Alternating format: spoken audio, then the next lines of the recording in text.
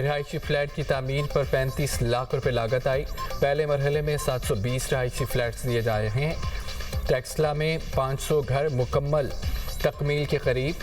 اپنی چھت اپنا گھر پروگرام کے تحت 1 لاکھ گھر مکمل ہو چکے ہیں. جن لوگوں کے پاس زمین نہیں مفت فراہم کریں گے. 15 لاکھ محنت کشوں کو راشن کارڈ دیا. ستھرا پنجاب منصوبہ دنیا بھر میں بطور ماڈل پیش کیا جا رہا ہے. وزیر اعلیٰ پنجاب مریم نواز نے الاٹمنٹ لیٹرز تقسیم کیے. گھر ملنے پر مزدوروں کو مبارکباد. ایرانی فٹ بال ٹیم کی فیفا ورلڈ کپ میں شرکت کے لیے روانگی کی تقریب. ٹیم کو الوداع کرنے کے لیے شہریوں کی کثیر تعداد تہران میں جمع ہوئی. ایرانی پرچم تھامے شائقین نے ٹیم کے کھلاڑیوں کو الوداع کیا. ایرانی فٹ بال ٹیم پہلے مرحلے میں ترکی پہنچے گی. فیفا ورلڈ کپ 11 جون سے امریکہ، کینیڈا، میکسیکو میں کھیلا جائے گا.